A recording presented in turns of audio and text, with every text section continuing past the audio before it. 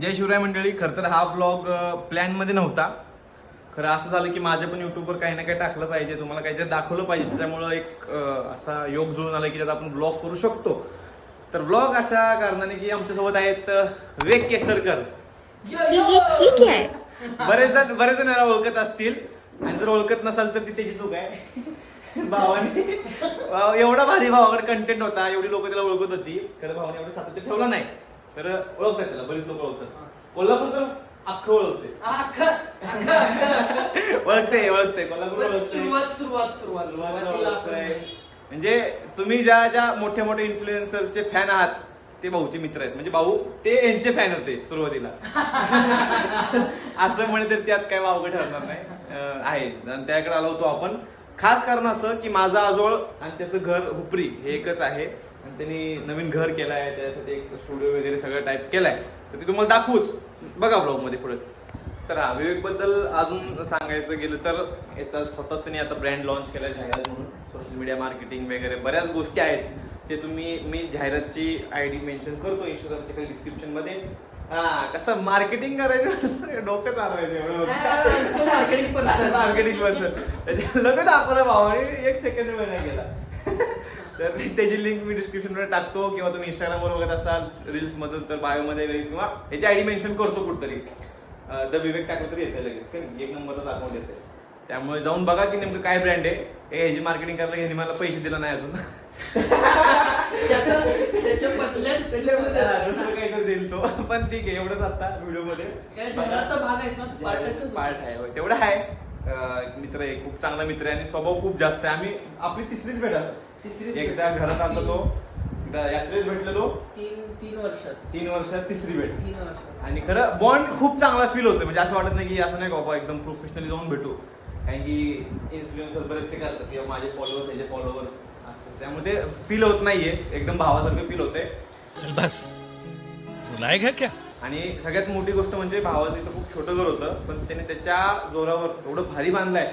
खालचं मी तुम्हाला दाखवतो, तिकडे काही बोलत नाही, फक्त एक सिनेमॅटिक व्ह्यू मध्ये बघा. पण वरचं बघा, हा त्याने ऑफिस केलाय त्याच्या जाहिरातीसाठी वगैरे. आजचं दाखव, म्हणजे मी दाखवायला असं माझं घर असल्यासारखं दाखवायला लागलोय. माझंच आहे. दाखवतो. आणि आतमध्ये ह्याच्यासाठी असं बेडरूम केलाय. आणि पोरगा असलेले ते गुणधर्म पसारा केलाय लगेच एवढ्या चांगल्या घरात. लग्न नाही म्हणजे लग्नाची सोय म्हणून बघा कसं फॅमिली पासून वरती स्पेशल बेडरूम केलाय. पुढचं आणि इकडे त्यांनी इथं हा व्हेंटिलेशन एरिया केलाय. इथं झाडं वगैरे लागणार आहेत. दातमध्ये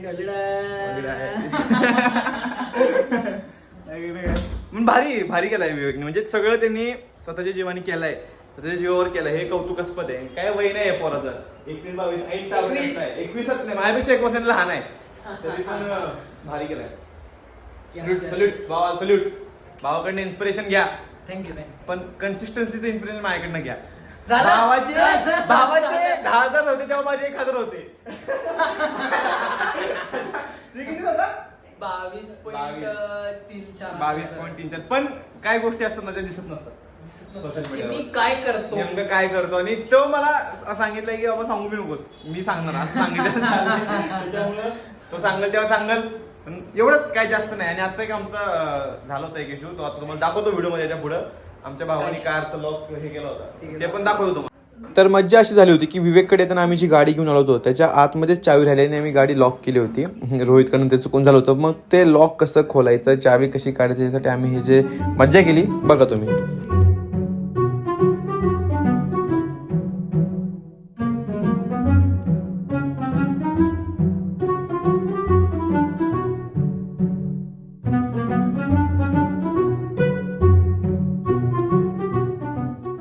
अथक परिश्रमानंतर आमच्या रोह्याने काढलंय. कसं काढलंय आम्हाला समजलं नाही. तर हे पट्टीने निघते बरं का. आम्ही ते पट्टीचा पण जुगाड होत नव्हतं म्हणून एक्स्ट्रा पण काढले. रात्रीच गाडी गायब होत्या. म्हणजे आता किल्ली घे. चला वगैरे घर दाखवतो मेन. आता यापुढे तुम्ही त्याच्या घरातलं खालचं बघा सगळं. वरती तेव्हा अजून भरपूर रिनोव्हेशन करणार आहे. नाही, इथं फक्त इंटेरियर होणार आहे. इथलं राहिले. हा, बरंच काय करणार आहे. बाकी तुम्ही आता हे बघा, इथून वरती यायला त्यांनी केलेलं आहे सेपरेट. जसं मी म्हटलं स्टुडिओ वगैरे तर वेगळ्या गोष्टी आहेत, पण बायकोसाठी वेगळी रूम. हे खरं तर प्लॅनिंग आहे त्याच्या मागचं. समज रहे हो ना. आतमध्ये इथं असं एवढा असा ओल्डेज असा हे केलाय, असा हॉल केलाय. आता अजून इथं पण अजून इथं इंटेरियर अजून करायला बसायला. आणि जर तुम्ही बघितलं ना बघा हे वरती आहे ना असं झुंबर सारखं वाटतं. जेव्हा मी मगाशी आलो ना एवढं मला वाटतं झुंबर असं कसं आहे. नंतर बघितलं भाऊनी एकदम व्हेंटिलेशनसाठी जागेचा वापर करून प्रॉपर फॅन केलेला इथं एकदम भारी वाटतंय. आणि एक जर तुम्ही बघितलं ना थीम विवेकने मला मगाशी सांगितली, थीम अशी थोडीशी ओल्ड वाड्यासारखी वाटतेय आणि थोडंसं आध्यात्मिक आलेल्या स्वामींचा फोटो वगैरे, देवपूजा देवघर वगैरे. आई जेवायला बसल्यात, एकदम आपुलकीने बोलवलं त्यांनी जेवायला मला मगाशी, पण आता मी खाऊन आलतो त्यामुळे हे. आणि इथं वेगळं करणार सिटिंग अरेंजमेंट पण भारी केलाय. आणि यस मी परत एकच सांगतोय विवेकने सगळं स्वतःचं डोकं आहे. कारण की जर असं वाटतंय की नाही घर लय मोठे, जागा खूप छोटी आहे पण त्यांनी घर लय मोठं बांधलंय असं वाटायला लागलंय. विवेकचं डोकं आहे आमच्या हे. चला बाहेर जाऊ आता. आणि जसं मी म्हटलं की जाहिरातला ओन करतो विवेक केसरकर, स्वतः आपला इव्या केसरकर. जाहिरातचं म्हणजे तुम्हाला बऱ्यापैकी जर सांगायला गेलं तर एक मोठी सगळ्यात त्यांनी घेतलेली ऑर्डर आतापर्यंत म्हणा, किंवा ते त्यांनी त्याचा मित्रच आहे खूप चांगला तो. तर आपला डीपी दादा, धनंजय पवार दादा ज्यावेळी बिग बॉस मध्ये गेला होता तेव्हा डीपी दादाचं सगळं मार्केटिंग सोशल मीडियाचं असेल किंवा त्या सगळ्या वेबसाईट्स वगैरे असतील किंवा काय काय काय काय काय सगळं भावानं सांभाळलं होतं. दाखवला नाही काय काय काय काय विवेक डीपी दादाचं सगळ्या गोष्टी.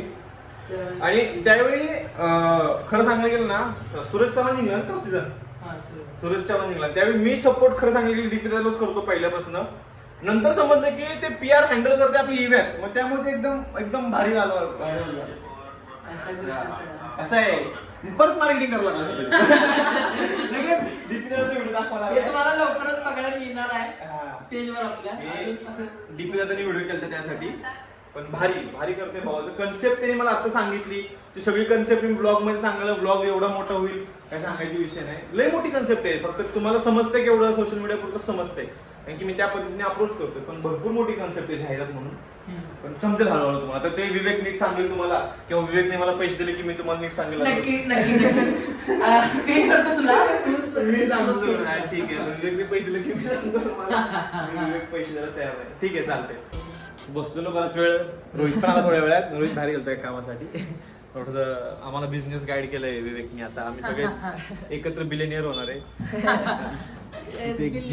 जी वॅगन, लॅम्बोर्गिनी, पोर्शे.